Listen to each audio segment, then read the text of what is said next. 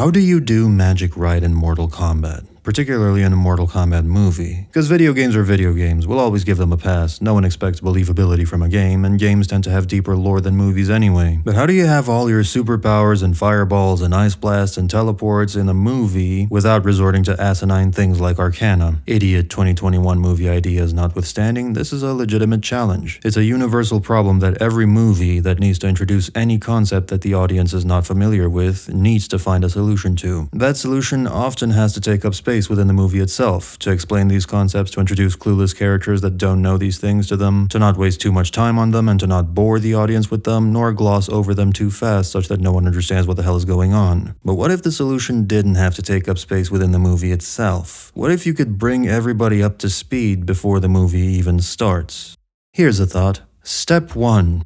Do a TV show as a lead-up to your movie to give yourself more runway to introduce these heavy-ass concepts. Yes, you could do it all in one movie, and there are movies out there that have some cool mystical lore, but especially for a setting as vast as Mortal Kombat, you'd benefit a lot from more overall runtime in multiple ways, not just with the mystical elements, but with a giant platoon of characters you have to introduce and juggle. And yes, I know they already tried a TV show in the 2010s and it didn't work out, but that's because the show was, like, bad. By the way, you notice that the show was named Legacy, and the Legacy Collection is named Legacy, while they're literally shitting on the legacy of the franchise? Irony. The TV show would also create hype for the upcoming movie, because you know it's coming and you're more invested in the proceedings. And it also gives the movie some leeway to just communicate the bare-bone basics and direct you to the 8 episodes that preceded it if you have any further questions. Avatar explained its bare-bone mechanics well enough in the fucking 45-second intro. Beyond that, it really was the show format that helped flesh out these concepts as well as they did. In fact, you could watch every season finale of Avatar and nothing else, please don't do that, watch the whole thing, it's great, and still get enough of the show to enjoy it, even if you don't get how the bending works and the ins and outs of it, but the broad strokes are there. And by the end of it, you'll probably be curious enough to go back, watch the rest of it, and see how all these things work, why they work. But again, don't watch it that way, I will disown you. Step 2. Legitimize it within the world through a magic system or a power system. It just so happens that I already did this step and have an entire playlist of videos covering the mechanics of these powers and how they could work, which is an actual playlist now, by the way, so if you're really into the power system stuff, you can just hit play, sit back, and go through about 4.5 hours of semi-accurate physics and pure elemental nonsense. This is really the main utility of a magic system. It's the internal logic of the fantastical elements of a setting which, although all fake, serve to ground the world more and make it seem more real, ironically enough, with actual rules and conditions that influence what you can and can't do in the story. So it makes the story better too, because now it all makes sense. It has some internal logic and consistency. I'm gonna say something heretical, grab your pitchforks and torches, but Lord of the Rings, the movie series, doesn't explain its rules very well. It can't. It does the best job it can possibly do, you know? There's a lot of dense lore in the books and a crap ton of names and concepts and powers and reasons why things are the way they are, but you literally don't have time for any of that in the movies. So a lot of people that just watch the movies don't know that Gandalf could solo everyone if he wanted to. Literally destroy everyone. He's on the same level as Sauron, albeit less powerful. So he could just 1v everyone, but he's not allowed to, because there are certain conditions and rules. Like, don't you think it's strange that he only very rarely ever uses magic, despite being the wizard? He's not a wizard, he's the wizard. He only uses it very rarely and only against super powerful opponents. Those are the rules. He's not allowed to interfere. But you didn't know that. I didn't know that until I read up on it. So that's a fact within the films, but the films don't really explain their rules that well. You could do better in your movie. But here's the kicker.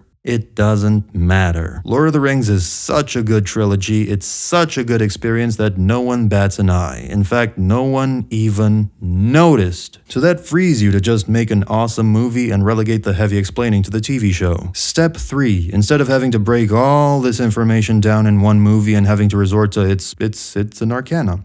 That's the best I got. Instead of that shit, you introduce the magic early, not necessarily to the viewer, but to the characters. Hear me out, okay? To the guy who just watches the movie but not the show that leads up to it, obviously all this stuff is new to him. But that doesn't mean it has to be new to the characters. Because how these things usually go is you go through the first act where no one knows anything and then suddenly, wow, look, magic is a thing. And wow, look, I can shoot fire beams out of my ass. And wow, look, there are other worlds. And wow, look, and all this bullshit. It just never ends. It's like having to do an origin story for every fucking superpower, times 5 or more characters. Instead, what if you You, the viewer, are hit with the wow, look, Johnny Cage can throw force balls, but not Johnny himself. Johnny isn't hit with all that, because he reveals he's known about this for a while, which is good marketing to go back and see the show, and has been developing these skills in secret. He'd have to, right? If all these forces have existed in all these realms since time immemorial, they were bound to be uncovered and practiced by some people, even accidentally. It also makes the training arc and power-ups these characters receive less ridiculous. Johnny doesn't have to learn how to master shadow abilities in 5 on-screen minutes and then defeat some big bad, but you can still have a training and power-up arc. It's just more believable and more gradual with the hindsight of the characters' backstories and how they were already on the path to mastering their abilities. I would love to see Johnny go on this Bruce Wayne-like quest in his youth, which you can explore in a dedicated episode of the TV show, traveling the world and studying with various masters and discovering things he can't explain along the way. Stuff some of his masters call chi, others call bullshit, but assuming there is a magic system in the realms, it makes sense some talented people would stumble upon it. It's a matter of probability. It's kinda like Nen in Hunter x Hunter, the equivalent of chakra in Naruto or Haki in One Piece. Nen users are extremely rare in the Hunter x Hunter world, to the point where most of the world doesn't know of its existence. It's so rare and so hard to learn that most people learn it from other Nen users or through some freak accident, and Nen users tend to be very hush-hush about it. It should probably be the same deal in Mortal Kombat. Johnny Cage's initial quest is just to get good, to become the fucking best. That could have been his drive way before he got into acting. The acting thing could just be an offer that came his way, and he saw it as an opportunity to tell the world about his skills, but it backfires spectacularly, with everyone calling him a faker. By the way, this also opens the door to some deeper characterization for Johnny, because Bruce Wayne went on his perilous journey around the globe as a reaction to his intense trauma, so you gotta wonder what kind of demons drove Johnny to want to be the best fighter on Earth and actually commit to that, sacrifice everything for that, only to fall victim to the mother of all irony, settle into a shallow superstar persona bit by bit, yet made fun of by the world who chooses to see the star, not the man, getting more and more jaded but never showing it, masking things with the expertly crafted social media persona he's made for himself as a defense mechanism.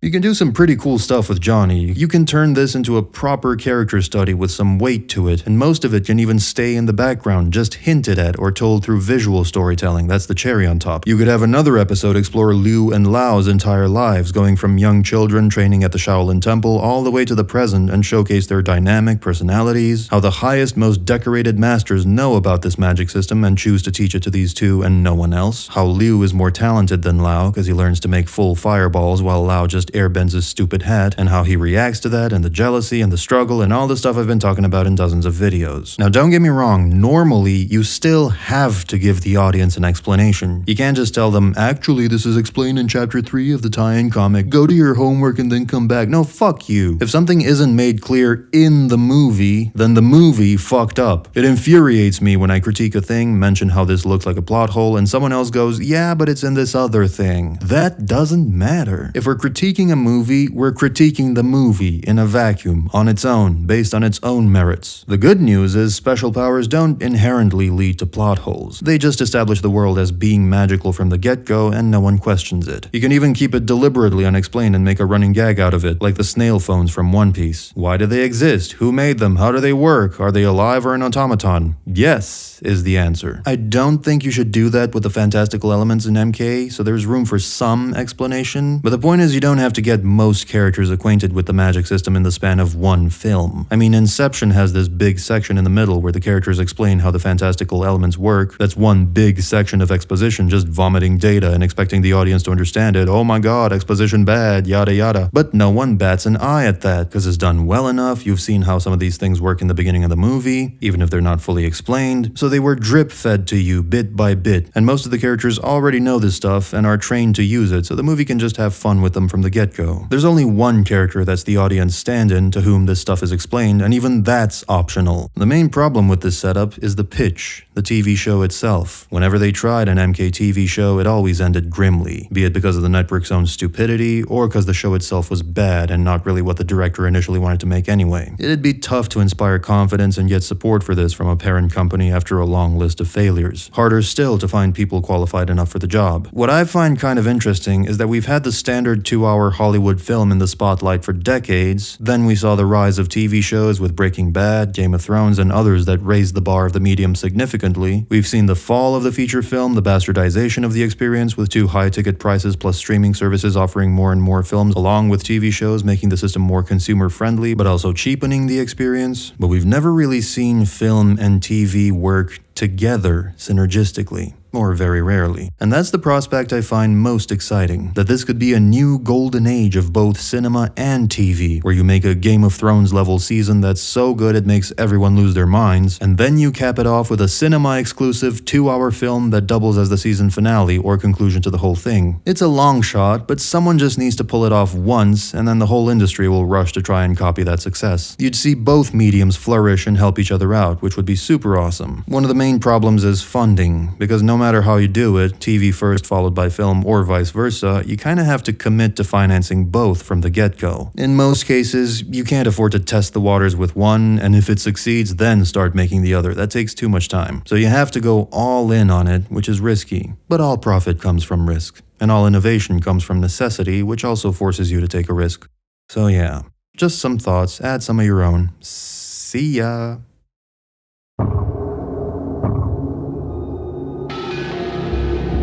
Special thanks to Jiggly Puff Puff, Thomas Marshall, Serhi Hrishin, Clocks, Juan Bautista Cortez, Gennaro Chanella, as well as my other members for being irresponsible enough with their spending to support the channel.